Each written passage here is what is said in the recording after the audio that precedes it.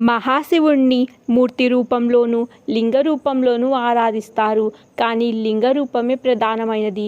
ప్రతి లింగంలోనూ శివుడి యొక్క జ్యోతి స్వరూపం ఉంటుంది.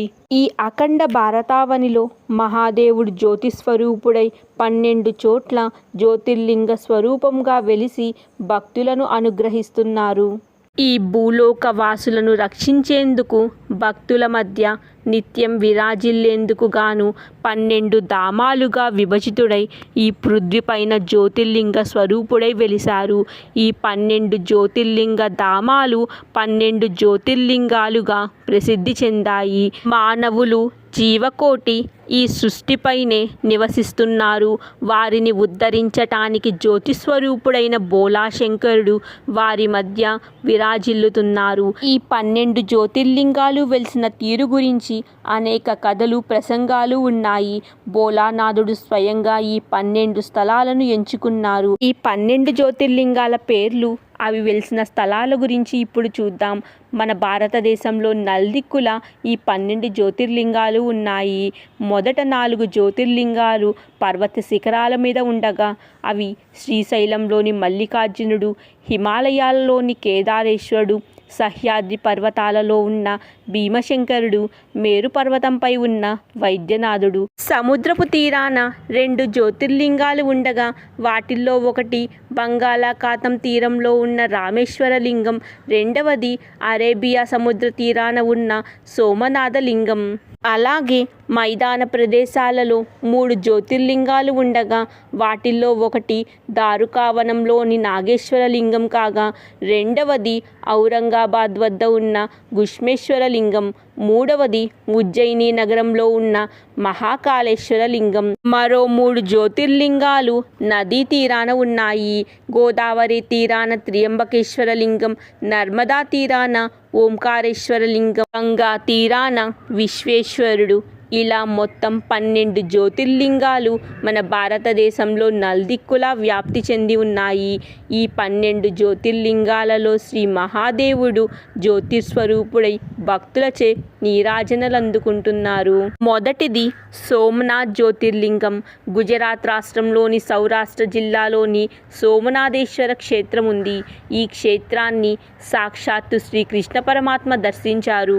ఈ ఆలయ స్థల పురాణం ప్రకారం బ్రహ్మదేవుడి మానసపుత్రుడైన దక్ష ప్రజాపతికి అశ్విని నుండి రేవతి వరకు 27 కుమార్తెలున్నారు. తన 27 కుమార్తెలను ఘనంగా దక్షుడు చంద్రునికిచ్చి వివాహం జరిపించారు. అయితే చంద్రుడు రోహిణిని మాత్రం అనురాగంగా చూస్తూ మిగిలిన వారిని అలక్ష్యం చెయ్యసాగారు. మిగిలిన వారు తండ్రితో ఈ విషయాన్ని మొరపెట్టుకోగా దక్షుడు అల్లుడైన చంద్రుణ్ణి మందలిస్తారు. అయినప్పటికీ చంద్రుడి ప్రవర్తనలో మార్పు రాకపోవటంతో క్షయరోగగ్రస్తుడు కమ్మని చంద్రుణ్ణి శపిస్తాడు. ఫలితంగా చంద్రుడు క్షీణించసాగాడు. చంద్రకాంతి లేకపోవటంతో ఔషధాలు, పుష్పాలు ఫలించలేదు. ఈ పరిస్థితిని చూసి సమస్త లోకవాసులు తమ కష్టాలను తీర్చమంటూ బ్రహ్మదేవుని మొరపెట్టుకున్నారు. బ్రహ్మదేవుడి సూచన మేరకు ప్రభాస క్షేత్రంలో పార్థివలింగాన్ని ప్రతిష్ఠించి మహామృత్యుంజయుడైన శంకరుని ఆరాధించసాగాడు.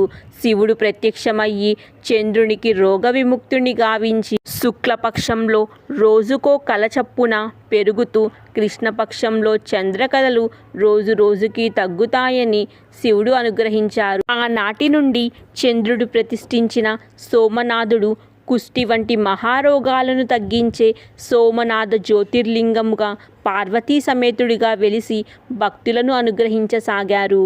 రెండవది శ్రీ మల్లికార్జున జ్యోతిర్లింగం. ఆంధ్రప్రదేశ్ రాష్ట్రంలోని కర్నూలు జిల్లాలో నల్లమల్ల అడవుల మధ్యలో ఉన్న శ్రీశైల క్షేత్రం ఇది. ఈ ఆలయం కర్నూలు నుండి 52 కిలోమీటర్లు, హైదరాబాద్ నుండి 230 కిలోమీటర్ల దూరంలో ఉంటుంది. ఈ ఆలయ స్థల పురాణం ప్రకారం సుబ్రహ్మణ్య స్వామి వారు కోపంతో తల్లిదండ్రులను వదిలి క్రౌంచ పర్వతానికి చేరుకుంటారు. కుమారుణ్ణి వదిలి ఉండలేని పార్వతీ పరమేశ్వరుడు కూడా ఈ ప్రాంతంలోనే ఉన్నారని స్థల పురాణం. అందుకే శ్రీశైలం శిఖరం దర్శించుకుంటే పునర్జన్మ ఉండదని చెప్తారు. కాశీ క్షేత్రంలో మరణం, అరుణాచలంలో స్మరణం, శ్రీశైల లింగ దర్శనం ముక్తిదాయకమంటారు. కృతయుగంలో హిరణ్యకశిపుడు, త్రేతాయుగంలో రావణ సంహారం అనంతరం శ్రీరామచంద్రుడు, ద్వాపరంలో అరణ్యవాసానంతరం పాండవులు శ్రీశైలానికి వచ్చి భ్రమరాంబ సమేత మల్లికార్జున స్వామిని దర్శించుకున్నారని చెప్తారు. కలియుగంలో ఆది శంకరాచార్యులు, ఆచార్య నాగార్జునుడు, కృష్ణదేవరాయలు, ఛత్రపతి శివాజీ వంటి ఎందరో మల్లికార్జునుని దర్శించి తరించారు. మూడవది మహాకాళేశ్వర జ్యోతిర్లింగం. మధ్యప్రదేశ్ రాష్ట్రంలోని ఉజ్జయినిలో ఉన్న క్షిప్తా నది ఒడ్డున ఉన్న మహాకాళేశ్వర జ్యోతిర్లింగం ఇది. అభిషేక ప్రియుడైన మహాదేవుడి ఈ ఆలయంలో అలంకార ప్రియుడిగా పూజలందుకుంటున్నారు. భూమిపైన సిద్ధి క్షేత్రాలలో నైమిసారణ్యం, పుష్కరం, కురుక్షేత్రం ముఖ్యమైనవి. కురుక్షేత్రం కంటే 10 రెట్లు కాశీ పుణ్యమైనది. కాశీ కంటే మహాకాలం 10 రెట్లు గొప్పది. ఎందుకంటే శ్మశానం, ఎడారి, పాలపీఠం, అరణ్యం అంటూ 5 ఒకే చోట్ల ఉన్న ప్రదేశం ఉజ్జయిని. ఈ ఆలయ స్థల పురాణం ప్రకారం వేదప్రియుడనే శివభక్తుడికి దేవప్రియుడు, ప్రియమేధుడు, సుకృతుడు, ధర్మవాహి అనే 4 కుమారులున్నారు. ఈ 4 శివభక్తులే. ఇలా ఉండగా రత్నమాల పర్వతంపై నివసిస్తున్న దూషణాసురుడనే రాక్షసుడు ప్రజలను హింసించసాగాడు. ఆ రాక్షసుడు పెట్టే బాధ భరించలేని అన్నదమ్ముళ్ళు పార్థివలింగాన్ని ప్రతిష్ఠించి పూజించసాగాడు.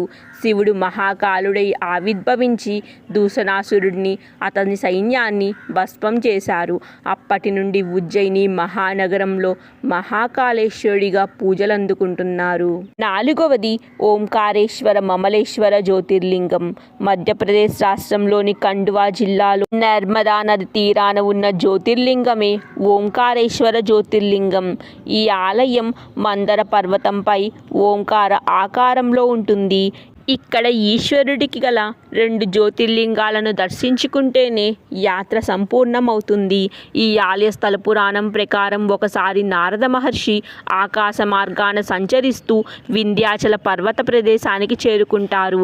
వింధ్య పర్వతానికి ఉన్న అహంకారాన్ని అణిచేందుకు సుమేరు పర్వతం నీకంటే ఎత్తైనదని, అది నీకంటే చాలా రెట్లు గొప్పది, అందువల్ల నీకంత గర్వం తగదు అని వారిస్తాడు. ఆ మాటలు వింధ్య పర్వతానికి నచ్చవు. తానప్పుడు ఒక పార్థివలింగాన్ని తయారు చేసి శివుడి కొరకై ఘోర తపము ఆచరిస్తాడు. శివుడు ప్రసన్నుడై ప్రత్యక్షమవుతాడు. వింధ్య పర్వతానికి వరాలు ప్రసాదిస్తాడు. అదే సమయంలో మిగతా దేవతలందరూ ప్రత్యక్షమయ్యి శివుడిని ఆరాధించగా, స్వామి తమరు ఈ చోట వెలిసి లోక కళ్యాణం గావించమని వేడుకుంటారు. దేవతల ప్రార్థనలు స్వీకరించిన శివుడు 2 రూపాలలో జ్యోతిర్లింగ తేజస్వరూపుడై ఈ ప్రాంతంలో వెలుస్తాడు. ప్రణవ రూపంలో ఓంకారేశ్వరుడిగాను, పార్థివలింగ స్వరూపంలో శ్రీ మమలేశ్వర స్వామిగా ప్రసిద్ధి చెందిన క్షేత్రం ఇది. 5వది శ్రీ వైద్యనాథ జ్యోతిర్లింగం. వైద్యనాథ జ్యోతిర్లింగం విషయంలో అనేక భేదాభిప్రాయాలు ఉన్నాయి. మహారాష్ట్ర పర్లీ గ్రామంలోనిదే అసలైన జ్యోతిర్లింగమని, గంగా కేదర్లోని లింగం, పంజాబ్ కీర గ్రామంలో ఉన్న లింగం, హిమాచల్ ప్రదేశ్లోని పఠన్కోట్ సమీపంలో ఉన్న లింగం, కర్ణాటకలోని గోకర్ణంలో ఉన్న లింగాలన్నీ శివుని ఆత్మలింగాలే అని బలమైన వాదన. అయితే జార్ఖండ్ రాష్ట్రంలోని వైద్యనాథంలో ఉన్నదే అసలైన జ్యోతిర్లింగమని వారి వాదన. ఈ ఆలయంలో ఒక విశేషం ఉంది. సాధారణంగా శివాలయాల శిఖరం పైన త్రిశూలం ఉంటుంది, కానీ ఈ ఆలయం శిఖరం పైన పంచశూలం ఉంటుంది. మరి ఏ ఇతర జ్యోతిర్లింగ ఆలయాలలో ఇటువంటి అమరిక ఉండదు. ఈ ఆలయ స్థల పురాణం ప్రకారం లంకాధిపతి అయిన రావణుడు ఒక చెట్టు కింద అగ్నిగుండాన్ని ఏర్పాటు చేసి కఠోర నియమాలతో శివుణ్ణి ప్రసన్నం చేసుకుని ఆత్మలింగాన్ని అనుగ్రహించమని ప్రార్థిస్తాడు. అయితే ఆ లింగాన్ని భూమికి తాకితే వెంటనే అక్కడ స్థిరపడుతుందని శివుడు హెచ్చరిస్తాడు. ఆత్మలింగాన్ని లంకా నగరానికి తిరుగు ప్రయాణమవుతున్న రావణుడు సంధ్యావందనం చేసేందుకు ఒక పశువుల కాపరి వేషంలో ఉన్న వినాయకుడికి ఆ లింగం అప్పగించి అక్కడి నుండి వెళ్ళిపోతారు. వినాయకుడు ఆ లింగాన్ని కింద పెడతారు. ఫలితంగా ఆ లింగం అక్కడే స్థిరపడుతుంది. రావణుడు ఎంత ప్రయత్నించినా ఆత్మలింగాన్ని పెకలించలేకపోతాడు. ఆనాటి నుండి ఈ ఆలయంలో ఉన్న లింగం వైద్యనాథ జ్యోతిర్లింగంగా ప్రఖ్యాతిగాంచింది. ఆరవది శ్రీ భీమశంకర జ్యోతిర్లింగం. మహారాష్ట్రలోని పూణే జిల్లాకు చెందిన సహ్యాద్రి పర్వతాలలోకి డాకినీ శిఖరంపై వెలిసిన భోలేనాథుడి పావన క్షేత్రమే శ్రీ భీమశంకర జ్యోతిర్లింగం. ఈశ్వరుడు త్రిపురాసురుణ్ణి వధించిన అనంతరం ఈ ప్రదేశంలో విశ్రమించినట్లు చెప్తారు. ఈ ఆలయ స్థల పురాణం ప్రకారం సూర్యవంశరాజైన భీమ మహారాజు ప్రార్థనలు అనుగ్రహించిన శివుడు సాక్షాత్కరించిన ప్రదేశం కనుక ఆయన పేరుతోనే ఈ ఆలయానికి భీమశంకరంగా ప్రసిద్ధికెక్కిందని చెప్తారు. మరో కథనం ప్రకారం ఈ పవిత్ర భూమియే భీమానది జన్మస్థలం. ఏడవది శ్రీ రామేశ్వర జ్యోతిర్లింగం. తమిళనాడు రాష్ట్రంలోని రంగనాథపురం జిల్లాలో ఉన్న సముద్ర తీరాన ఉన్న అత్యంత మనోహరమైన క్షేత్రమే శ్రీ రామేశ్వర జ్యోతిర్లింగం. ఈ ఆలయ స్థల పురాణం ప్రకారం శ్రీరామచంద్రుడు సీతమ్మ వారిని లంకాధిపతి నుండి విడిపించటానికి లంకపై దండెత్తుతాడు. ఆ సమయంలో ఇసుకతో లింగాన్ని తయారు చేసి ఈశ్వరుని ఆరాధిస్తాడు. అందుకు ప్రసన్నుడైన ఈశ్వరుడు లంకపై విజయాన్ని ప్రసాదిస్తాడు. శ్రీరామ, నీవు స్వయంగా నీ చేతులతో చేసిన లింగాన్ని నిర్మించి పూజించినందున నీ పేరుతోనే ఈ జ్యోతిర్లింగ స్వరూపం వెలుస్తుందని చెప్తాడు.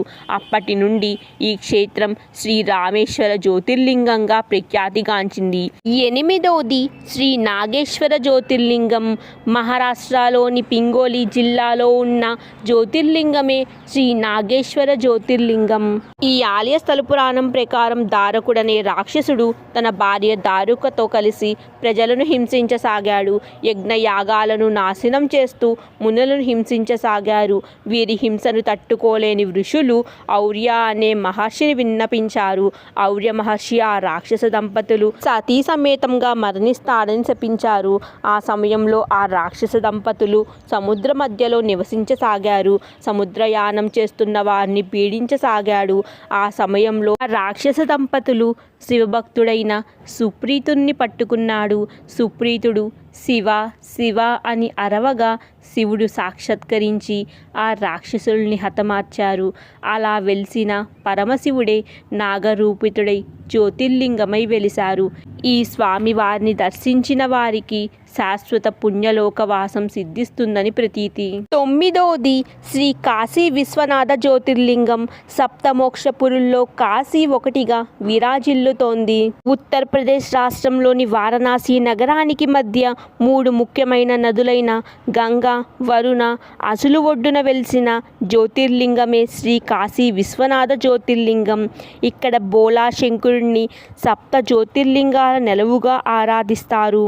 పూర్వం ఈ నగరాన్ని కాశీపూరి అని పిలిచేవారు. స్కాంద పురాణంలో ఈ నగరాన్ని కాశీ, వారణాసి, అనిముల్, ఆనందకన్, మహాశ్మశానం, రుద్రవనం, కాశిక, తపస్థలి, మూలభూమి, శివపురి పేర్లతో వర్ణించారు. ఈ నగరం బోలా శంకరుడి ప్రియమైన నగరంగా వర్ణిస్తారు. ఈ కాశీ విశ్వనాథుడి మహిమ గురించి అనేక పురాణాలలో వర్ణించబడింది. అగ్ని పురాణం, పద్మపురాణం, శివపురాణం, స్కాంద పురాణం, నారద పురాణం, మొదలైన పురాణాలలో ఈ కాశీ ప్రస్తావన ఉంది. స్కాంద పురాణం ప్రకారం ఎవరైతే కాశీ వెళ్ళాలనుకుంటారో వారికి కాశీ నివాస పుణ్యం లభిస్తుందని చెప్తారు. అందులో చెప్పిన ప్రకారం మానవులు శ్రీ కాశీ విశ్వనాథుడి జ్యోతిర్లింగాన్ని స్పర్శిస్తే చాలు సహస్ర రాజసూయ యజ్ఞ ఫలం లభిస్తుందని అంటారు. 10వది శ్రీ త్రియంబకేశ్వర జ్యోతిర్లింగం. నాసిక్ నగరానికి సుమారు 28 కిలోమీటర్ల దూరంలో ఉన్న బ్రహ్మగిరి పర్వత శిఖరాలలో ఉన్న అత్యంత పావన క్షేత్రం శ్రీ త్రియంబకేశ్వర జ్యోతిర్లింగం. దక్షిణ గంగాగా పేరుగాంచిన గోదావరి జన్మస్థలం ఇది. ఈ క్షేత్రాన్ని త్రిసంధ్యా క్షేత్రమని కూడా పిలుస్తారు. పరమేశ్వరుని త్రియంబకేశ్వరుడు అని పిలవగా అమ్మవారిని త్రియంబకేశ్వరి అని పిలుస్తారు. ఇక్కడ స్వామివారి ఆకృతి భిన్నంగా ఉంటుంది. ఈ ఆలయంలో పానవట్టం మీద లింగం ఉండదు. అందుకు భిన్నంగా ఒక గొయ్య ఆకారంలో బ్రహ్మ, విష్ణు, మహేశ్వరుల బొటనువేలు ముద్రలుంటాయి. వాటినే శివలింగాలుగా భావించి భక్తులు ఆరాధిస్తారు.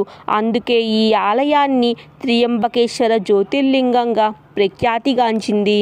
11వది కేదారేశ్వర జ్యోతిర్లింగం. అత్యంత రమణీయమైన నల్దిక్కుల ఎత్తైన పర్వతాల మధ్య సుమారు 11,760 అడుగుల ఎత్తులో ఉన్న జ్యోతిర్లింగ క్షేత్రమే కేదారేశ్వర జ్యోతిర్లింగ క్షేత్రం. ఈ క్షేత్రంలో లింగాకారం కాక పరమేశ్వరుడు పట్టక రూపంలో ఉంటారు. స్వామిని భక్తులు తాకి అభిషేకించవచ్చు. వైశాఖ శుద్ధ పాడ్యమి మొదలు ఆశ్విజ బహుళ చతుర్దశి వరకు మాత్రమే ఆలయం తెరిచి ఉంటుంది. దీపావళి రోజు ఆలయం మొత్తం దీపజ్యోతులతో అలంకరించి 6 మాసాలు తరువాత తెరిచినప్పటికీ వెలుగుతూనే ఉండటం ఈ ఆలయం ప్రత్యేకత. చార్ధామ్ యాత్రల్లో ఒకటైన కేదార్నాథ్ను సందర్శించిన తరువాతే బద్రీనాథ్ను సందర్శించాలని ప్రతీతి. 12వది శ్రీ గృష్మేశ్వర జ్యోతిర్లింగం. మహారాష్ట్రలోని ఔరంగాబాద్ జిల్లాలోని వేలూర్ అనే గ్రామానికి తూర్పున ఒక పర్వత ప్రాంగణంలో వెలిసిన బోళాశంకరుడి 12 జ్యోతిర్లింగాలలో ఆఖరిది శ్రీ గృష్మేశ్వర జ్యోతిర్లింగం.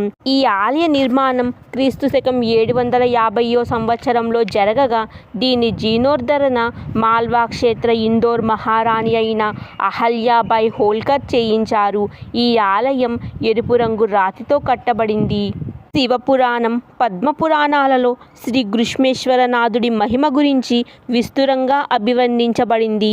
చూశారు కదా, శివుడు లింగ రూపధారుడై జ్యోతిస్వరూపుడై కొలువుదీరి ఉన్న 12 జ్యోతిర్లింగాల గురించి.